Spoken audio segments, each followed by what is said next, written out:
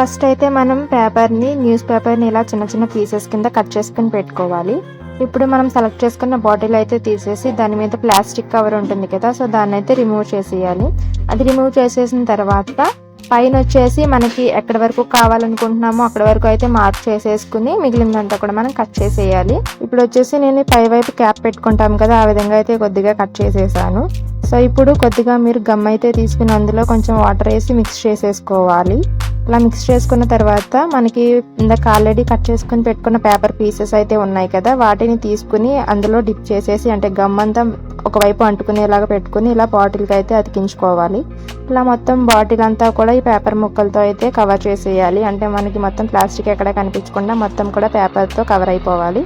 So చూడండి, ఈ విధంగా అయితే అంటించుకున్న తర్వాత అది కొద్దిసేపు ఆరిపోయేంత వరకు అలా ఉంచేయండి.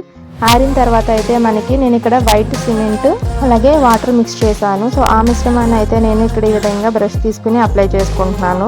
సో మీరు ఇక్కడ చూస్తున్నారు కదా, ఆ వైట్ సిమెంట్ అలాగే వాటర్ కలిపిన పేస్ట్ మొత్తాన్ని కూడా ఇలా అయితే ఫస్ట్ కోటింగ్ కింద మనం బ్రష్తో అప్లై చేసేసుకోవాలి.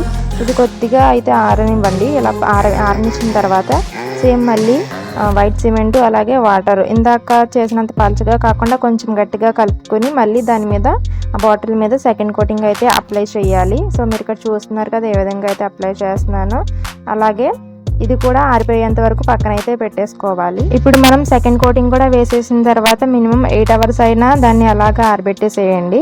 చూడండి, కంప్లీట్గా ఆరిన తర్వాత అయితే మనకి ఫుల్గా వైట్ కలర్లోకి వచ్చేసి ఈ విధంగా కనిపిస్తుంది. సో ఇప్పుడైతే మనకి గరుకు కాగితం ఉంటుంది కదా, దాన్ని తీసుకుని పైన అంతా కూడా షేప్ కొంచెం ఈవెన్గా వచ్చేటట్టు అయితే మనం రబ్ చేసేసుకోవాలి.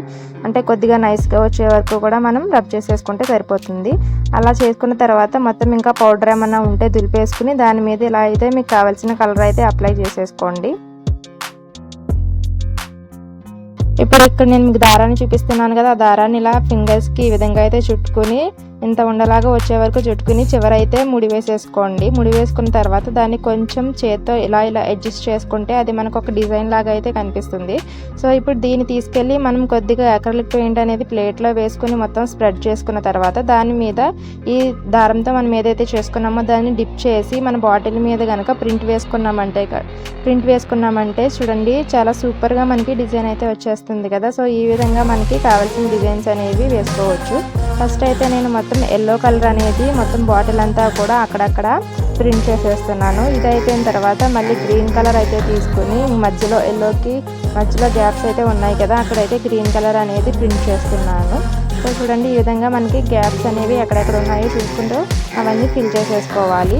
ఇది అయిపోయిన తర్వాత ఎల్లో గ్రీన్ కొంచెం కాంబినేషన్ మిక్స్ చేసేసి మధ్యలో ఇంకా మిగిలిన చోట అయితే వేసేస్తున్నాను. సో ఈ విధంగా వేస్తే మనకి బాటిల్ అనేది రెడీ అయిపోతుంది. సో దీన్ని ముట్టుకోకుండా కాసేపు పెయింట్ మొత్తం మారిపోయేలాగా అయితే పక్కన పెట్టేసుకోవాలి ఈ విధంగా వేసుకున్న తర్వాత.